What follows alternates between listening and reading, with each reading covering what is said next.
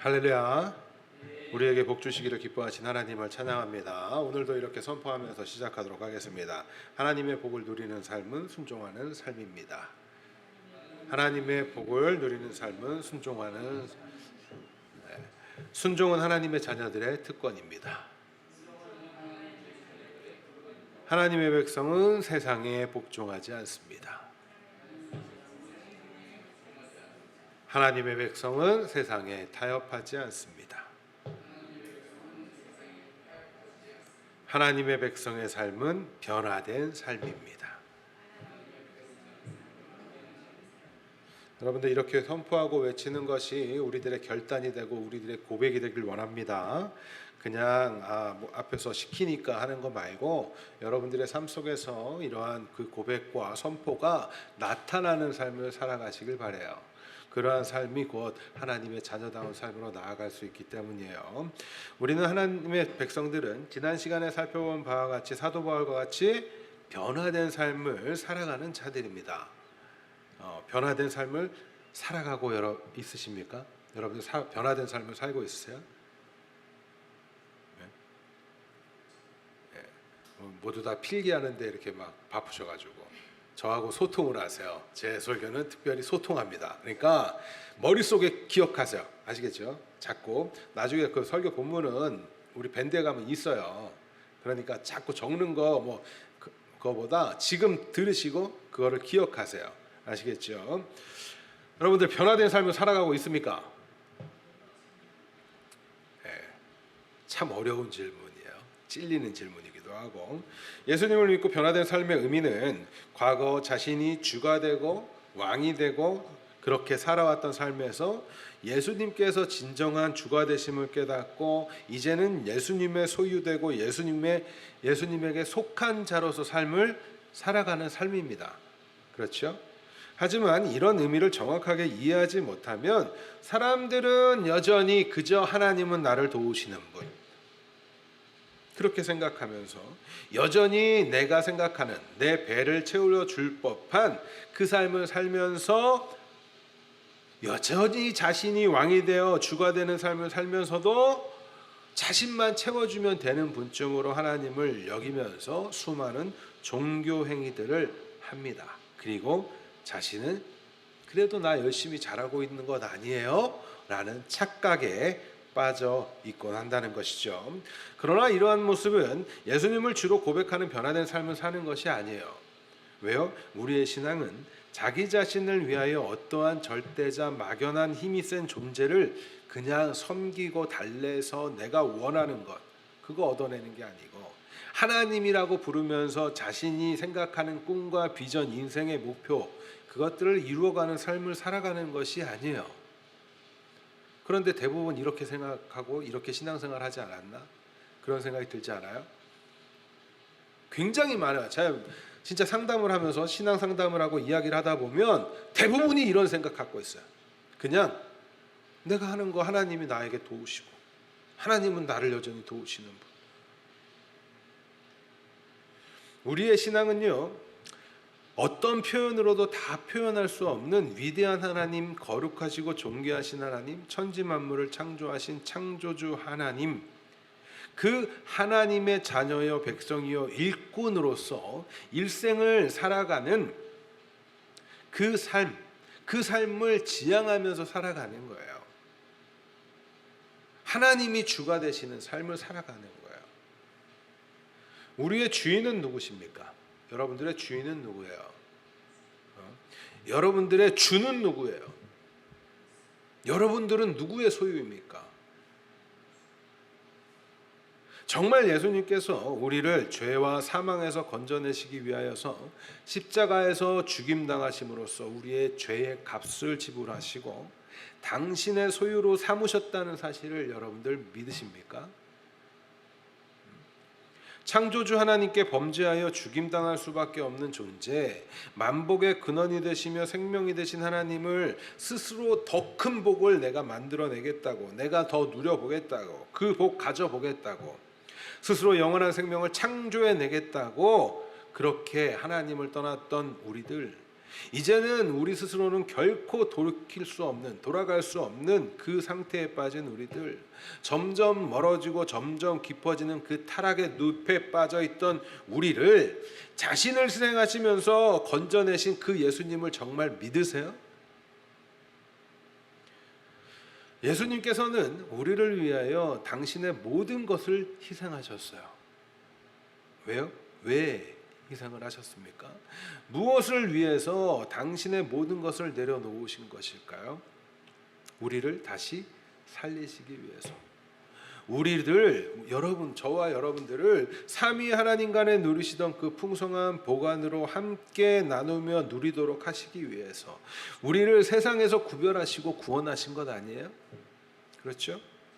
그러나 많은 분들이 우리가 예수님을 믿으면 구원받는다는 이 놀랍고도 신비한 진리, 이 복음을 너무 가치 없다고 생각하곤 합니다. 구원을 그저 하우링이 좀 생기네요. 구원을 그저 자신의 힘들고 괴로운 인생길에서 벗어나는 정도로 생각하는 거예요.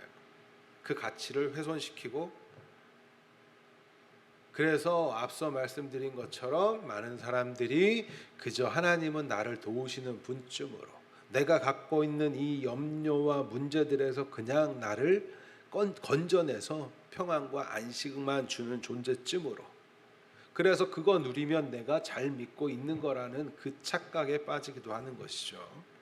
예수님의 그 고귀하고 고결한 희생, 완전한 순종은 그저 우리를 이 땅에서, 이 세상의 삶 속에서 보다 윤택한 삶을 살게 해주시기 위함이 아니에요. 이 세상에서 정의하고 규정한 우리가 가지고 있는 수많은 고민들, 먹고 사는 문제, 보다 편리한 삶, 보다 가치가 있는 삶을 이루어 주시기 위함이 아니란 말이에요. 여러분들 분명히 기억하셔야 돼요. 오병이어 기적 다음에 예수님이 왕이시면 좋겠다라고 그 예수님을 왕으로 삼고자 했던 그들에게 예수님 어떻게 하셨어요? 어떻게 하셨어요? 그들을 떠나시잖아요. 그들을 피하신단 말이에요. 그런데 우리는 여전히 그 모습에 머물러 있는, 왕으로 삼고 싶은 거야. 왕 좋습니다. 그런데 그가 나에게 먹여줄 수 있으니까, 입혀줄 수 있으니까. 그것 위해서 오신 분이 아니란 말이에요. 그러니까 성경을 읽으셔도 여러분들 잘 읽으셔야 돼요. 제대로 읽으시고 제대로 이해하셔야 돼요. 하나님은 이 세상 사람들이 그 생각하는 소중하고 중요한 일을 정성 다해 섬기면 들어주시기 위해서 독생자를 내어주시고, 독생자 예수님께서는 그 모든 일에 순종하시고 십자가에서 죽임당하신 게 아니에요.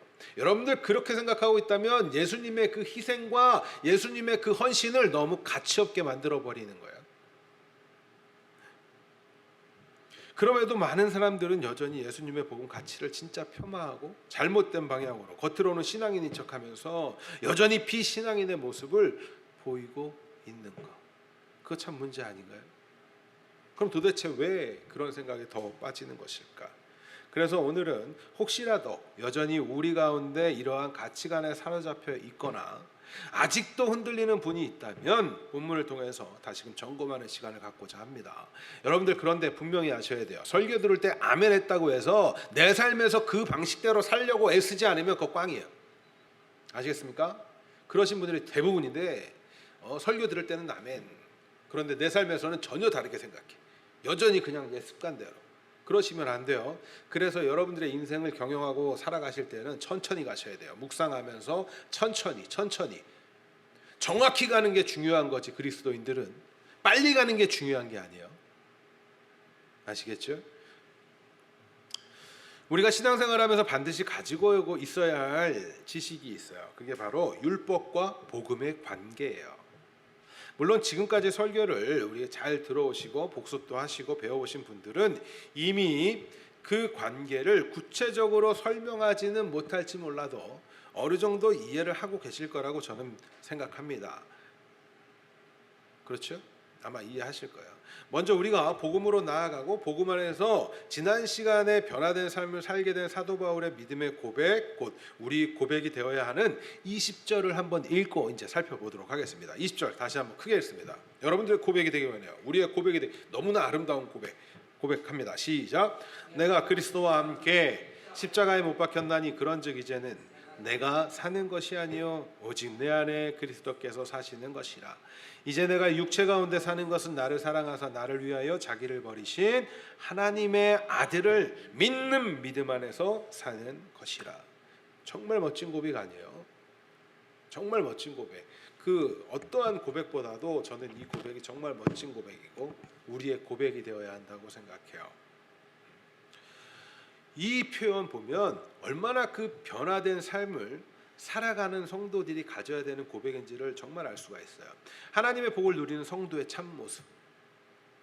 이 고백 안에 갈등이 있나요? 전혀 갈등하는, 고민하는 것이 없잖아요. 흔들림이 없잖아요. 단호하고 정확하고 불안함이 이 안에 담겨져 있나요? 이 고백 안에 확고하고 명확한. 어떻게 사도 바울이 이런 고백을 하게 되었습니까? 많은 분들이 이런 질문을 하면 먼저 생각하는 사건이 있죠. 사도 바울 하면 떠오르는 사건 뭐예요?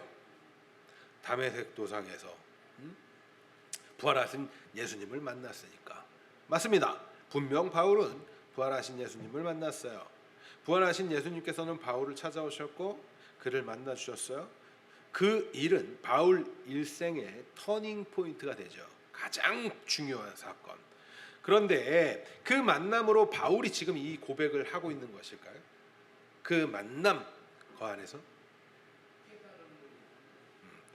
지금 우리가 주목해야 할 점은 바로 그 만남 이후예요. 왜요? 사도 바울은 예수님을 만난 이후 이런 고백을 바로 하는 것이 아니라 지금까지 자신의 삶 속에서 자신을 이끌고 왔던 그 가치관, 그게 뭐였어요? 지난 시간에 보니까 율법이었어요. 자신 스스로 의롭다함을 얻어내겠다. 율법에 붙들려오면서 살아왔던 그 무거운 인생길에서 예수 복음으로 깨닫게 된 인생의 답을 확인하고 점검하고 그것을 다시 답을 이제 찾아가면서 나오는 답이 고백이 바로 이 고백이란 말이에요. 그냥 예수 만났으니까 나는 이제 예수님 안에 살 거야 이렇게 나온 게 아니에요. 아시겠나요? 그는 3년 동안 말씀을 또 공부하기도 하고 연구하기도 하고 자기가 배운 것들을 다시 점검하는 시간들을 갖는다. 사도 바울을 통한 메시지의 핵심을 정리하면 어떻게 표현할 수 있을까요, 여러분들? 사도 바울을 통한 메시지. 사도 바울 하면 딱 떠오르는 메시지. 여러 표현들이 있지만 복음을 통한 율법에서의 자유함이라고 할 수 있어요. 아시겠어요? 그가 깨달은 진리도 그것이고 그가 전하는 핵심도 그거예요. 16절 말씀 같이 읽겠습니다. 16절 시작. 사람이 의롭게 되는 것은 율법의 행위로 말미암음이 아니요 오직 예수 그리스도를 믿음으로 말미암은 줄 알므로 우리도 그리스도 예수를 믿나니 이는 우리가 율법의 행위로서가 아니고 그리스도를 믿음으로써 의롭다함을 얻으려 함이라. 율법의 행위로서는 의롭다함을 얻을 육체가 없느니라. 사도 바울을 통한 핵심적인 메시지는 우리 기독교만이 가지고 있는 참된 진리, 복음의 진수라고 할 수 있는 칭의죠. 칭의의 과정은 뭐예요? 율법에서 자유함을 얻게 되는 것인데 어떻게? 무엇을 통해서? 복음을 통해서, 예수를 통해서. 그래서 의롭게 되었다는 거잖아요. 그러니까 사도 바울의 핵심 메시지는 복음을 통한 율법에서의 자유함이에요. 그런데 많은 분들이 어떻게 복음이 이루어지는지에, 어떻게 우리에게 복음이 되는지 그런 거에는 그렇게 관심이 별로 없어요. 알지도 못하고 예수님께서 그 하나님의 뜻을 이루기 위해서 무엇을 행하셨는지도 관심이 없어요. 그냥 믿으면 구원받는다고 하니까, 거저 주니까 너무 하찮은 줄 알아. 가볍게 여기고 폄하하기까지도 하는 거예요. 어떤 분들 이야기하면 그래요. 예수님이 뭐 나를 위해서 죽었다는데 그게 뭐? 믿으면 된다는데 그게 뭐? 흔히 사람들은 누구나 인정을 받고 싶어 해요. 이 자리에 계신 우리 누구 하나 빠짐없이 저 포함해서. 그래서 사람들은 노력의 결실이라는 표현을 굉장히 뿌듯하고 멋지게 느끼는 경향들이 있죠. 노력. 그 노력과 결과, 성과 중요하죠. 그 노력에는 자신의 열정, 에너지가 쏟아져 들어가 있고 그로 인하여서 얻게 되는 결과에 따라서 자신의 가치를 증명할 수 있다고 생각하기 때문에 사람들은 자신의 수고가 들어간 것에 굉장히 큰 가치를 둡니다. 그래서 사람들이 남기고 싶어 하는 게 뭐예요? 이름. 그건 뭐 하고 싶은 거예요? 나 하나 이름 남기는 거, 이게 내 업적인 거야. 나의 인생을 담아내는, 인정받고 싶은 욕구 중에 하나가 그런 거야. 그렇게 표출되는 거라고요.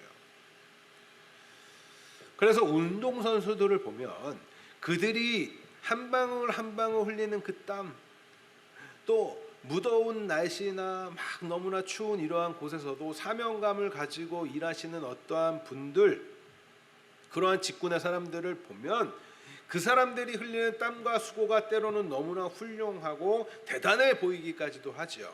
왜요? 그들의 열정과 열심과 노력이 담겨져 있기 때문에. 사람들은 자신의 수고로움을 인정받을 때 자신이 가치 있는 존재라고 생각을 해요. 그렇죠? 그래서 연로하신 분들, 나이가 있으신 분들도 내가 뭘 자꾸 하고 싶은 거야. 일을 해서 내가 하면 내가 살아있다는 걸 느끼거든. 인정받고 싶어하는 그 안에 다 담겨져 있는 거예요. 존재의 이유를 거기서 찾기도 해요. 하지만 우리에게 주신 그 복음은 어때요? 복음에는 우리 자신의 가치를 증명할 것이, 부분이, 여지가 있습니까? 없지요. 그러니까 하찮은 거예요. 내가 나를 드러내고 인정받아야 할 부분이 없으니까. 자신의 수고와 열정이, 자신의 노력이 들어갈 부분이 여러분들 거기에 있어요? 없어요. 그래서 사람들은 자신의 역할이 그 안에 없다는 사실을 알기 때문에 그 복음이 때로는 너무 가치 없게 느껴지는 거예요. 내가 거기서 뭔가를 했어야 내가 대단한 사람인데, 그 역할한 사람인데 복음에는 그게 없거든요. 자신의 노력, 자신의 수고와 상관없이 그저 믿기만 하면 된다니까. 너무 가볍고 자신의 역할이 없으니까 중요하지 않으며 가치가 없다고 생각하는 그 이유. 이런 모습은 우리가 지난 시간에 살펴본 예수님을 영접하기 전 바울의 모습에서도 여러분들 발견할 수가 있어요. 예수님을 만나기 전 바울처럼 자신의 열정으로 자신 스스로 모든 율법을 지켜 의롭다함을 인정받아 그 인정받아 내므로써 자신의 가치가 높아진다라는 가치관 속에 사도 바울이 살지 않았어요? 바울이 사도가 되기 이전에. 그렇죠?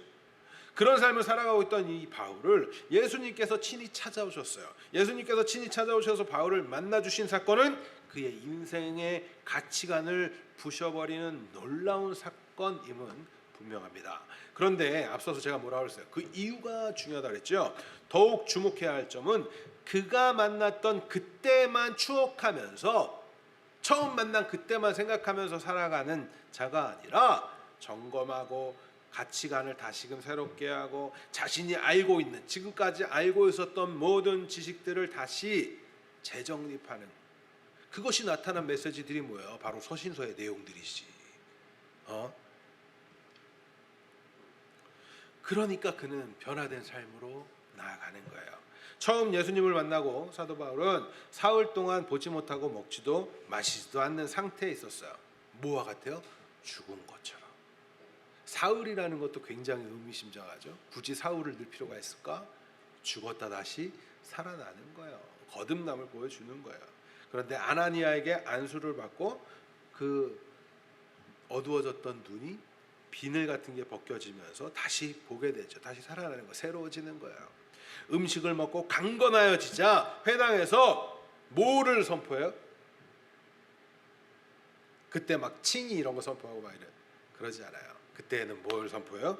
예수님께서 그리스도이심을 증거해요. 사도행전의 기록이에요. 처음 그의 증거는 간단하고 심플해요. 예수님께서 그리스도시요 곧 구원자, 주요, 왕 되심을 증언하는 메시지를 해요. 그러면서 무슨 얘기를 했겠어요? 내가 이렇게 살아왔, 이렇게 하다가 다메섹 도상으로 가는 길에 예수님을 만났더니 이런 일이 발생했어. 이런 거 보니까 예수님은 진짜야. 이 이야기한 거예요. 하지만 그가 훗날 점점 전하게 되는 메시지는 보다 심도 깊고 보다 구체적이고 보다 이 율법과 개념들에 대한 이야기들을 하고 있잖아요. 물론 그 메시지는 결국에는 뭘로 결론 지어져요? 예수님께서 그리스도시다. 그 핵심은 결론적으로 동일해요. 하지만 그 안에 설명하고 있는 것들. 만약 그가 그러한 것들을 다시 고찰하지 않고 생각하지 않으면 나올 수 있는 표현들일까요? 그렇지 않아요. 바울의 메시지를 살펴보면 그는 율법과 복음의 관계를 아주 잘 전달하고 있어요. 예수님을 만나기 이전 자신이 어떤 삶을 살았다고요? 율법에 매인 삶을 살았잖아요. 그래서 의롭다함을 얻어내겠다라는 그 길을 살다가 부활하신 예수님을 만나고 그 율법을 보니까 달리 보이는 거예요. 눈이 벗겨지니까 달리 보이는 거예요. 예수 믿으면 이렇게 새로운 시각이 생기는 거예요. 여러분들 새로운 예수 믿으신다고 고백하시잖아요. 그러면 새로운 시각으로 살아가고 있습니까? 예수님 만난 건 분명한데 왜 변화하지 않아요? 뭐와 지금 사도 바울과 우리가 다른 점일까? 그 점을 아주 여러분 놓치시면 안 돼요. 여러분들 그렇게 충분히 연구하고 고민하고 계세요? 먹고 사는 문제에 대해서는 그렇게 충분히 연구하고 고민하잖아요. 어떻게 하면 잘 살아볼까? 그런데 왜 하나님의 자녀로 새롭게 되는 것에 대해서는 그렇게 연구하고 고민하지 않아요? 그 문제 있는 거예요. 그것도 안 돼 있는데 어떻게 신앙에서 삶으로 예배가 나오겠습니까?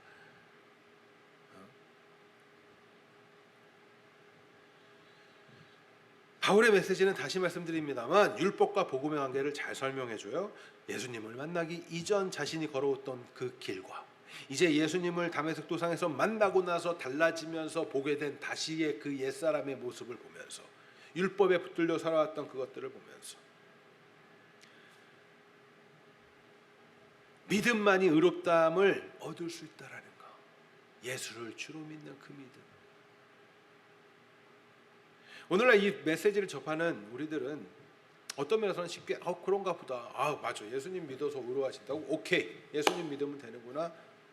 이렇게 그냥 쉽게 생각하고 가볍게 생각하는 경향들이 좀 있어요. 하지만 이 메시지는 바울과 당시 바리새인들을 비롯한 유대인들의 삶 전부였어요. 전부를 바꾸는 이야기예요.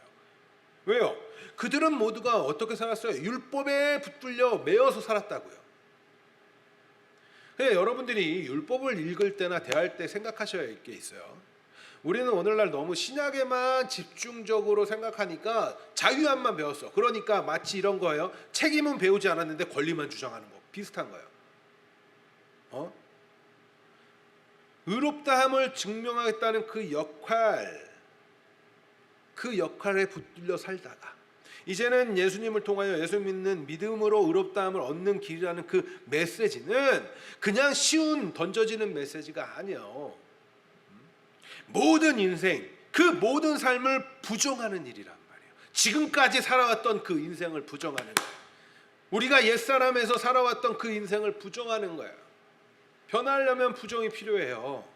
내가 잘못 살았구나, 내 인생은 잘못됐구나, 내가 다른 왕을 섬기고 살았구나, 내가 내 스스로 왕이어서 그런 인생을 살았구나. 그것에 대한 인식을 하고 그것이 문제가 있는 거라는 것을 여러분들이 뼈저리게 느껴야 돼요. 그래서 계속 이렇게 찔리라고 설포가 되는 거죠. 그런데 내가 조금 찔리면 불편해.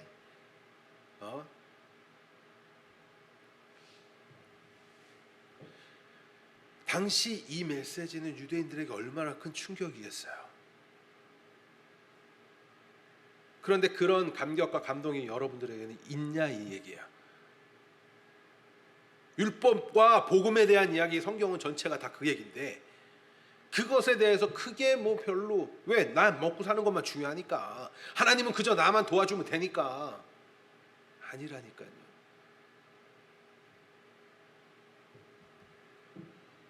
우리는 여러분 변화하는 삶을 살아야 돼요. 바울이 수많은 선배 신앙인들이 예수님을 믿기 이전에 살아왔던 그 삶에서 변화된 삶을 살았던 것처럼 우리 변화된 삶으로 나아가야 돼요. 그런데 이 변화된 삶을 살기 위해서 우리가 정말 이제는 확인하고 해야 되는 것, 그러면 바울 시대와 왜 우리가 그렇게 뼈저리게 느끼지 못할까? 이 부분을 우리가 생각해 보면 어떤 답을 할 수 있어요? 우리가 뭘 모르니까. 뭘 모르니까. 율법을 모르니까. 율법의 그 무게가 얼만큼인지를 모르니까 복음의 그 가치를 더욱더 모르는 거예요. 이해가 되세요? 이 부분을 여러분들 심각하게 이제 우리는 복음 시대로 살면서 예수 믿어서 구원 받으면 되는 거지. 뭐 율법 알아야 돼요? 알아야 돼요. 그걸 모르니까 하나님이 예수님을 통하여서 우리에게 진정한 진리 가운데 자유함을 주시고 생명을 주시고 우리를 의롭게 하는 이 내용을 감격적으로 느낄 수가 없는 거예요. 여전히 내가 사는 그것만 보면서. 아시겠나요? 이해가 되시죠? 그래서 율법에 대해서 여러분들 알아야 돼요. 신약 시대를 살아가고 있는 우리들 복음의 실체를 깨닫게 해요. 예수님을 믿는다고 우리들이 복음의 가치를 제대로 느끼고 그 풍성함으로 더욱더 나아가기 위해서는 뭐에 대해서 알아야겠다고요? 율법 알아야 돼요. 왜요? 복음은 율법을 통과하지 않으면 복음이 되지 않아요. 아시겠나요?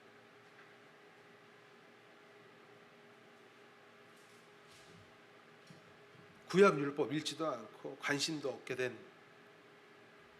자, 만약 이렇게 한번 생각해 볼게요. 여러분들 복음 중요하지요. 신약에는 새 언약과 관련돼서 새 언약 복음이 담겨져 있어요. 그죠? 그러면 그것만 우리에게 주셔도 되는 거 아니에요?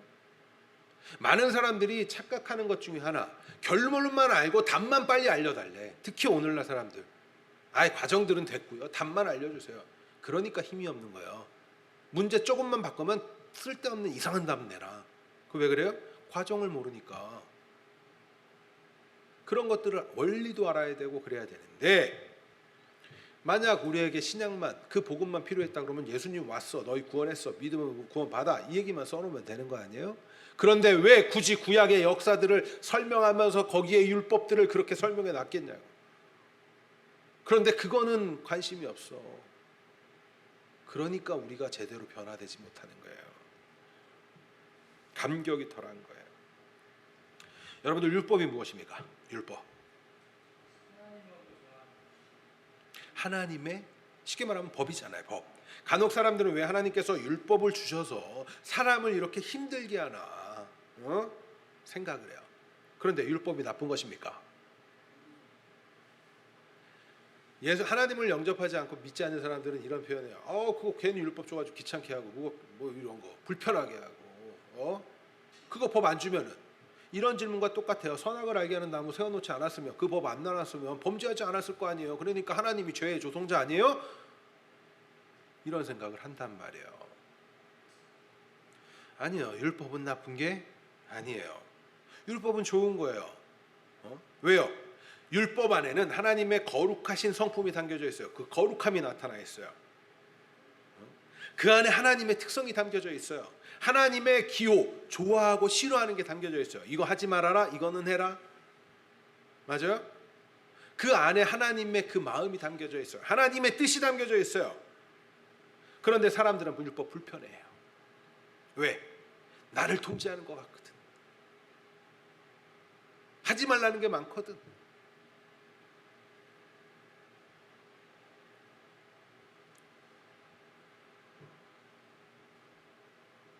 율법은 그냥 옛 언약의 옛날 사람들에게만 주어졌던 말씀이 아니에요, 여러분들.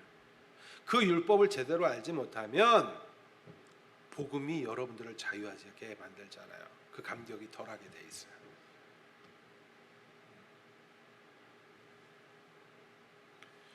율법이 불편하고 율법을 왜 알아야 하는가, 이런 생각은 부활하신 예수님을 만나기 전 그 바울과 같은 사고에서 나오는 질문이라고 할 수 있어요. 무슨 얘기냐면 율법을 내가 지켜야 한다라는 그 심리가 자리 잡고 있기 때문에 율법이 불편한 거야. 왜? 율법 안 지키면 죽는다고 하니까 불편한 거야. 뭔가 나를 통제하는 거 불편한 거예요. 누군가의 명령에 따라가는 그 삶 불편한 거예요. 그러면 그 불편함이 왜 나오는 거예요? 모두가 내가 왕이니까, 내가 왕인데 나를 누가 통제해. 근데 누군가가 법을 딱 주고 통제한대. 불편한 거예요. 그런데 그 법을 주신 분이 모르긴 몰라도 내가 이길 수 없는 분이야. 나의 힘으로 누를 수 없는 분이야. 얼마나 불편해요? 그렇죠? 두렵기도 하고. 그래서 통제의 수단처럼 느껴지니까 율법이 불편한 거예요. 하지만 여러분들 보니까 율법을 통해서 우리가 궁극적으로 깨달아 알아야 하는 게 뭐예요? 로마서 7장 7절 8절. 로마서 7장 7절 8절 말씀.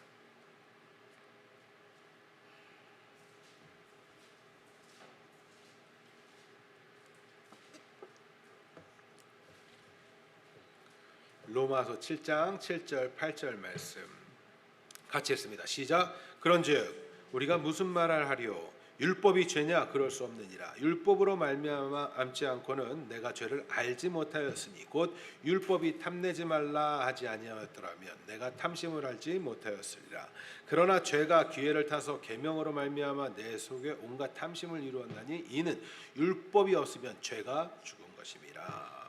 때때로 사람들은 율법이 없다면 좋았을 텐데 라고 생각을 하곤 하지만 그러면 죄를 짓지 않을 것이고 심판을 받지 않아도 되는 것 아닙니까? 라는 생각도 하지만 굳이 선악을 알게 하는 나무를 왜 세워놓습니까? 라는 질문도 하지만 이는 어떤 것과 같은 거냐면 하나님을 그저 죽은 존재로 그저 어떠한 능력과 기호 뜻도 없는 분으로 만들어 놓는 질문과 같은 거예요.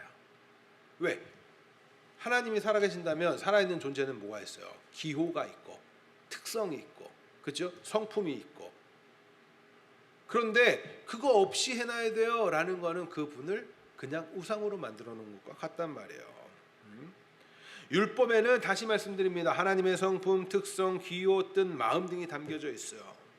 율법은 나쁜 것이 아니라 그 율법을 어기는 그 행위 곧 그 죄를 지은 우리가 잘못된 것이. 맞아요? 성경에서 선과 악의 개념은 뭐라고 말씀드렸어요? 예수를 믿는 것과 믿지 않는 것. 하나님은 절대적인 선인 거예요. 그러나 하나님을 떠나 있으면 그건 악인 거예요. 이해가 되시죠? 그러면 선 안에 있으려면 어떻게 해야 돼요? 하나님의 성품에 합당해야겠죠. 하나님의 기호에 맞아야 되는 거예요. 천국은 여러분들이 생각하는 유토피아가 아니에요. 내가 생각하는 기준에서 이거는 이래야 정의로운 것 아니에요? 이거는 이래야 좋은 것 아니에요? 이거는 이게 선인 거 아니에요? 이게 선악을 알게 하는 나무의 실과를 따먹은 인간들의 교만함 속에 나오는 규정인 거예요. 각자 스스로 정의가 있어.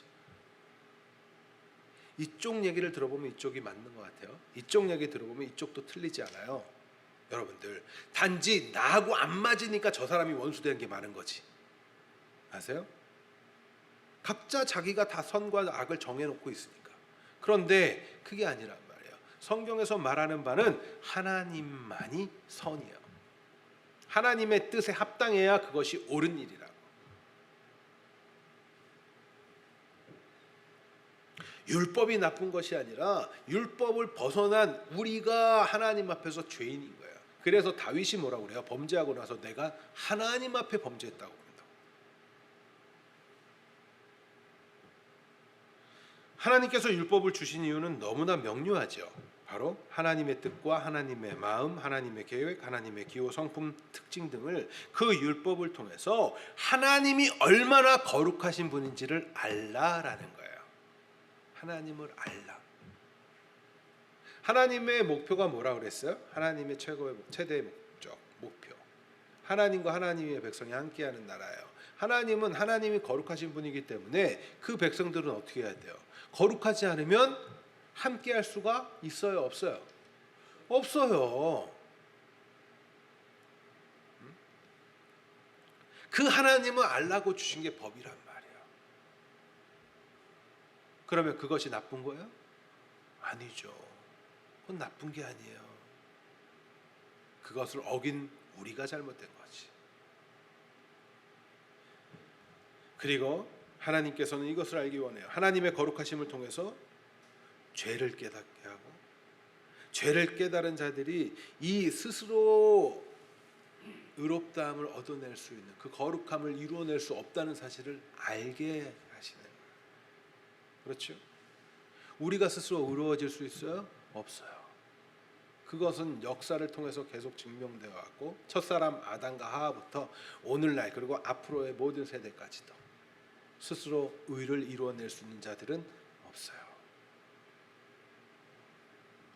오늘날 사람들은 예수님의 가치, 예수 복음의 그 가치를 너무나 가볍게 만들어 버리고 그렇게 된 이유 중 가장 큰 이유 그리고 이를 통해서 이루고자 하는 목적은 예수님의 가치를 깎아내리면서 그저 예수님의 이름을 통해서 자신의 배나 채우려고 하는 그 유치하고 거짓된 신앙 그 안에 머물고자 함이 악함이 있기 때문에 그래요. 사단은 교묘하게 그렇게 던져준다고. 예수 믿으라고 니네 예수 믿어. 그런데 너를 위해서 믿어. 이게 복음적인가요? 이게 맞는 거예요? 이건 틀린 거예요, 여러분들. 우리에게 은혜로 주어지는 거는 다음인 거예요. 우리가 바라지 않아도 생겨지는 거예요. 그거는 하나님이 주되심을 믿는 건 하나님의 뜻에 있는 것이고 하나님의 나라가 완성되는 것이고 하나님의 계획이 있는 것인데 그냥 나 자신만 위해서 믿으래. 예수 믿으라니까? 그래 불러. 주여 주여 불러. 그런데 여러분들 같은 주를 부른다고 해서 같은 이름을 부른다고 해서 같은 주를 섬기고 있는 건 아니라는 점 아셔야 돼요. 그래서 교회 안에서도 전도가 필요한 것이고 끊임없이 공부하시고 점검하시란 말이에요. 내가 정말 성경을 통해서 말씀하시는 그 하나님 우리의 구세주 예수 그리스도를 믿고 있는지.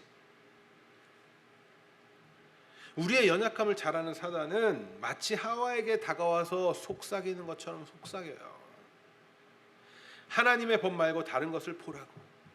하나님의 법 말고 너의 창고, 너의 배, 그거 보라고. 그거나 쌓으라고.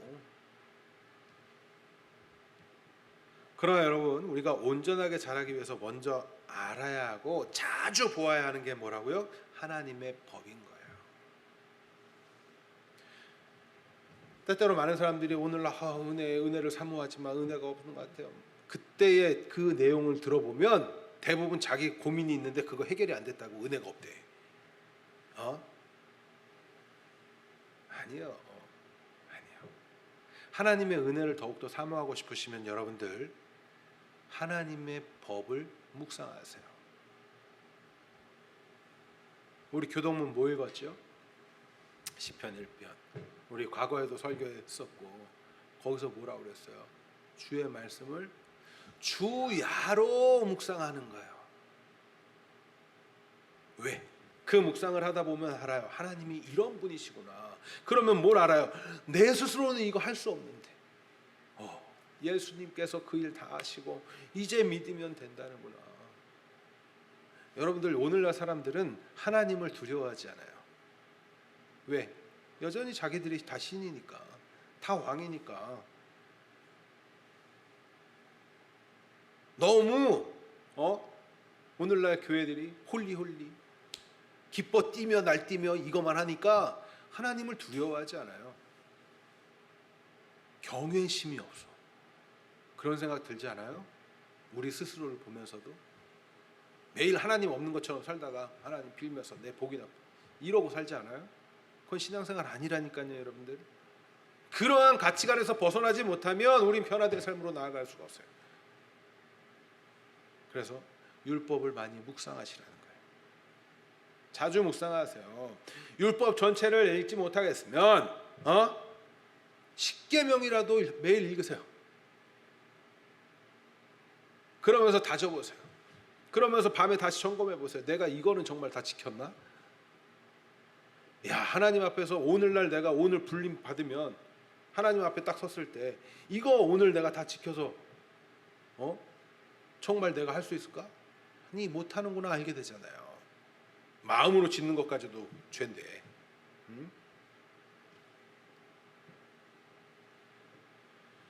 사도 바울뿐만 아니라 유대인들은 이미 율법을 잘 알고 있었어요. 그러니까 그 사도 바울에게는 이 고백이 엄청난 고백인 거예요.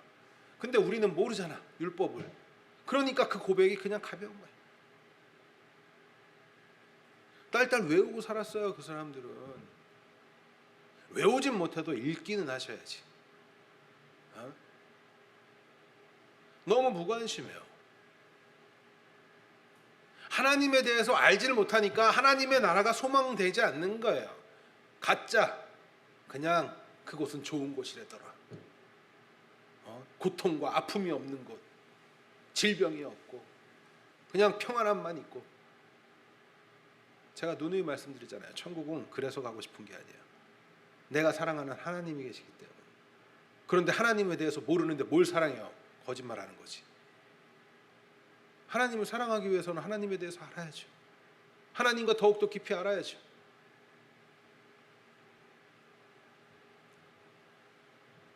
하나님을 향해서 스스로 원하는 복을 기대하면서 하나님에 대해서는 별로 관심이 없는 우리가,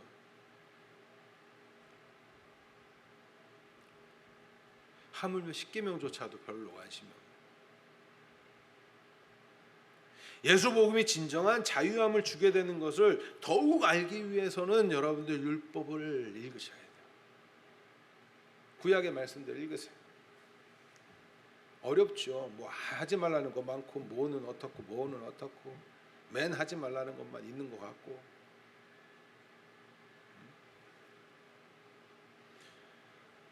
그 율법 묵상함을 통해서 하나님의 거룩하심을 여러분들 발견하셔야 돼요. 하나님의 뜻을 발견하셔야 돼요. 무엇보다 죄인된 우리의 실체를 낱낱이 폭로당하는 것을 경험하셔야 돼요. 나는 안 되는구나. 내 스스로는 할 수 없구나. 이런 하나님의 하나님 분명 말씀하셨잖아요. 내가 거룩하니 너희도 거룩하라. 그런데 뭐 안 되는구나 내가. 그래서 하나님과는 내 능력으로는 같이 할 수 없구나. 이걸 배우셔야 돼요. 이걸 아셔야 돼요. 그리고 났을 때 비로소 복음으로 나아가게 되는 거예요. 그 감격을 크게 느낄 수 있게 되는 거예요. 참 가치를 알게 되는 거예요. 그냥 예수 믿으면 구원받습니다. 천국 갑니다. 예수 천당 부신지요. 이게 아니란 말이에요. 왜 예수님이 구원자인지를 알아야 된다니까요. 왜 우리가 죄인이라고 말하는지 알아야 된다니까요. 여러분들 나가서 당신은 죄인입니다. 예수 믿고 구원받으세요. 이 소리 아니면 맞을지도 몰라요. 왜? 나는 당신보다 율법적으로, 도덕적으로, 윤리적으로, 세상 법적으로 난 법도 잘 지키고 사는데 왜 나보고 죄인이래? 기분 나쁘지. 성경이 말하는 죄를 설명도 못하면서 전도가 되겠어요? 잘못된 거나 심어주게 되는 거죠. 물론 그러한 과정을 통해서도 하나님의 은혜로 누군가는 돌아오게 될 거예요. 그거를 비하하는 말이 아니라 알려면 알고 해야 된다는 거예요. 근데 내가 복음을 잘 몰라. 내가 먹어봤는데 이게 몸에 좋은 건지 안 좋은 건지 맛있는 건지 아닌지도 잘 모르면서 이거 막 추천해주면 좋아하겠어요? 어플에다가 그 가짜로 댓글 다는 거랑 똑같은 거지. 별점 테러하고 이런 거랑 똑같은 거지.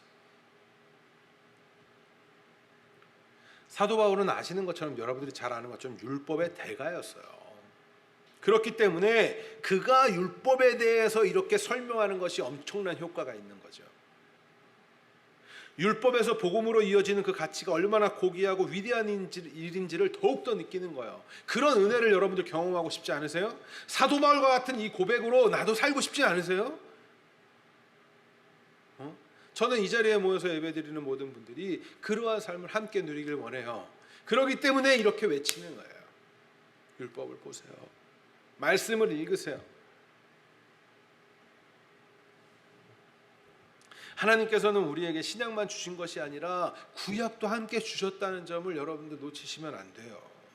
그저 예수 복음만 말씀하신 것이 아니라 구약을 통해서 율법을 말씀하여 주셨고, 그 다음에 신약을 통해서 예수 복음을 주셨다는 그 과정을 놓쳐서는 안 된단 말이에요. 은혜가 필요하세요?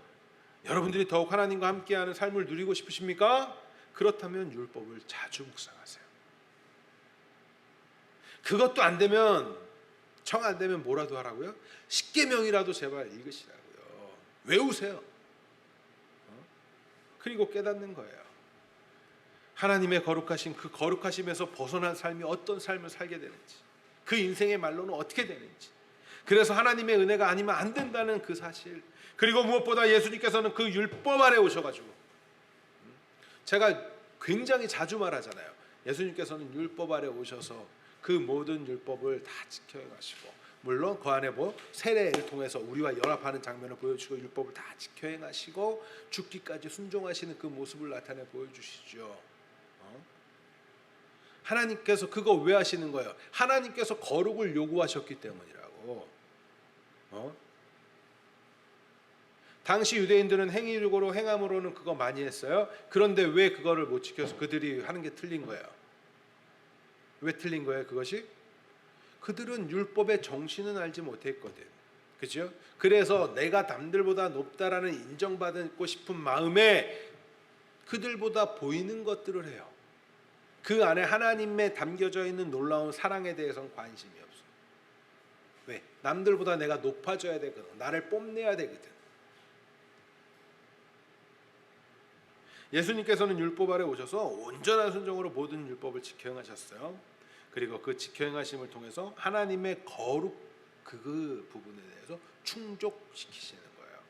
하나님께서는 그러한 모습을 의로 여기시는 거예요.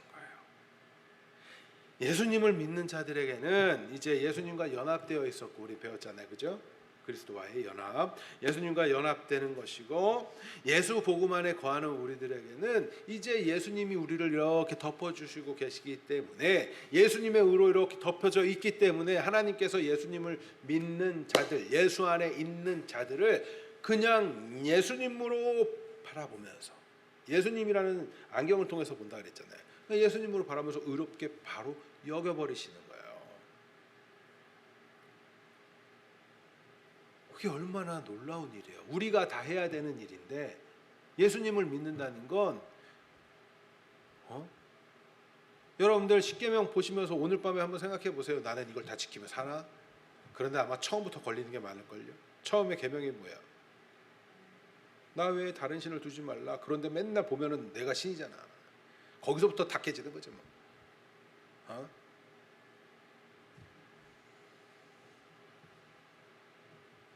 그런데 우리가 예수님을 믿으면 그 모든 것을 다 지켜 행하신 그 예수님의 그 놀라운 의 때문에, 순종으로 인해서 우리를 그렇게 거룩하지 않은 나를 거룩하게 여겨주신대. 그리고 나서 더 이상 그것에 대해서 책임도 묻지 않으셔. 얼마나 감사한 일이에요. 그러니까 율법을 자꾸 보시란 말이에요. 그래야 복음으로 나아간다.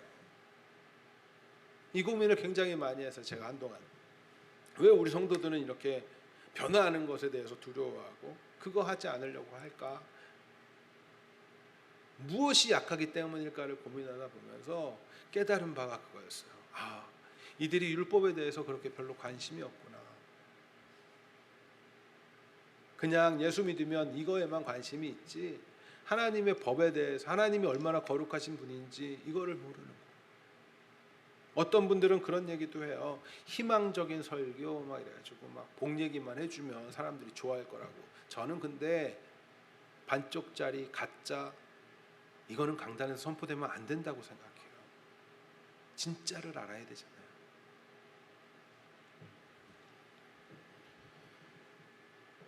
이러한 은혜를 입은 자들, 의롭다함을 받은, 예수 그리스도 안에서 의롭다함을 받은 자들, 그러한 자들의 삶은 그 다음 어떻게 살아야겠냐고요.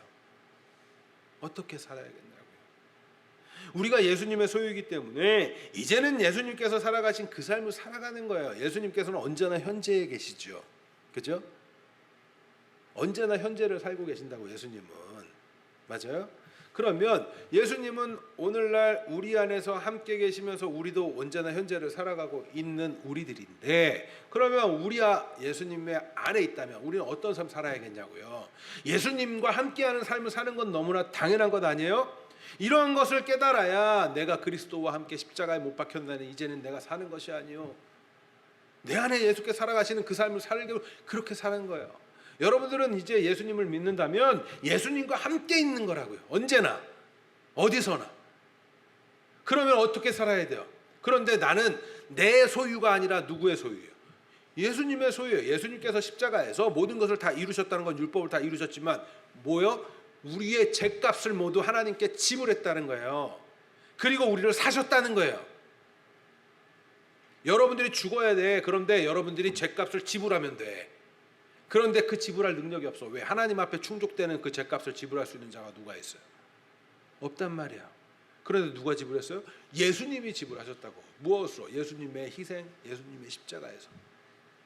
그래서 여러분들은 예수님을 믿는다는 건 여러분들은 여러분들 게 아니라고. 그러니까 어떻게 해야 돼요? 예수님과 함께 이제 예수님이 인도하시는 삶을 사는 거예요. 주님의 뜻이 내 뜻이 되고 내 뜻이 주님의 뜻이 하나가 되는 그 삶을 사는 거예요. 그 삶을 살고 있냐고요. 그 삶을 살기 원합니다. 그래야 변화되는 삶으로 나아가요. 그래야 삶의 예배가 나오죠. 오늘날 저도 굉장히 많이 강조하는 게 삶의 예배 얘기 많이 하는데 왜 삶의 예배가 안 사라지는지 그 원인을 알아야 고쳐지지 않겠어요? 여러분들 그래서 정말 율법을 많이 묵상하세요. 율법을 주야로 막 묵상하세요. 그리고 깨달아 하세요. 그리고 내가 죄인됨을 불편함을 느껴도 괜찮아요. 왜? 내가 예수 믿으니까. 그래서 복음으로 나아가는 거예요. 그러면 이제 그렇게 살아가는 자들은 주님과 함께 살아가는데 주님은 어떤 삶을 산다고요? 하나님의 법을 지키는 삶을 살아가죠. 맞아요? 이제 율법은 다 끝났어. 그러니까 나는 막 살아가. 이렇게 안 사신단 말이에요. 그럼 우리가 어떻게 살아야 돼요? 사도 바울이 율법에 대해서 그렇게 살았어. 그러니까 이제 막 살아도 돼 라고 얘기하지 않아요. 그럴 수 없다고 그래요. 왜? 이제는 기쁨으로 그거 지키는 거예요. 왜? 하나님의 백성이니까. 그런데 거기에는 더 이상 뭐가 없어요? 정죄함이 없단 말이에요. 우리 실패해도 괜찮아. 왜? 이미 하나님께서는 합격점 이렇게 주셨으니까. 누구를 통해서? 예수님을 통해서. 그러니까 이제는 우리는 기쁨으로 살아보는 거야. 그거 훈련하는 거야. 그게 삶의 예배라고요. 그런데 율법을 모르는데 어떻게 하나님의 말씀대로 살아가냐고. 율법에 대해서 이제 풀어놓은 이야기들이 사실은 어떻게 되는 거예요? 서신서나 이런 데를 보면 자녀들아 너희는 어떻게 살아야 돼? 아비들아 너희는 어떻게 살아야 돼? 상전들아 너희는 어떻게 살아야 돼? 종들아 너희는 어떻게, 이런 얘기들로 나타나는 거예요. 우리가 배웠던 요한일서의 말씀대로 하면 하나님을 사랑하고 이웃을 사랑해라, 형제를 사랑해라 하는 모습으로 나타나는 것이고, 그러니까 결국에는 뭐예요? 항상 결론은 똑같지만 계명을 지키는 삶을 살아가는 거라고. 어떻게? 내가 이제 나는 하나님의 백성이니까 기쁨으로 지키는 거야. 실패해도 괜찮아요. 왜? 하나님께서는 벌써 인정해 주셨으니까. 그 인정 한번 해줬다가 이놈 잘못했네 그러면서 넌 탈락 다시 이러시는 게 아니란 말이야. 하나님은. 그러니까 이제 기쁨으로 나아가는 거예요. 그래서 우리의 삶이 예배가 되고 우리의 삶이 찬양이 되고 우리의 삶이 복음을 증거하는 증거자의 삶이 되는 거예요. 변화하는 삶 살아야 되지 않겠어요? 그게 하나님의 복을 누리는 삶이라고요. 우리들 가운데 어떻게 하나님의 뜻이 이루어지는 것을 우리가 살아가겠냐고. 복음에 붙들려 있기 때문에. 그래서 매일매일 변화하시길 간절히 소망합니다. 정말 변화하시는 삶을 살아가기 원해요. 말씀 들을 때만 아멘하고 끝나시면 안 돼요. 삶 속에서 내가 발생한 일을 그래서 천천히 보면서 말씀 가운데 비춰보면서 선택하고 결정하고 해가면서, 여러분들이 빨리 선택한다고 해서 좋은 결과를 얻고 늦게 선택한다고 해서 나쁜 결과를 얻고 이러지 않아요. 그 결과가 중요한 게 아니라 그 삶 속에서 하나님의 뜻 가운데 맞춰가는 걸음을 걸으려고 애씀을 하나님은 기뻐하시는 거지. 그걸 예배로 보시는 거지 헌금 얼마 냈나를 중요하게 보시는 분이 아니잖아요. 맞아요? 과부의 두 렙돈 그 마음을 보시는 거라고. 중심을 보시는 거라고. 순종을 보시는 거라고요.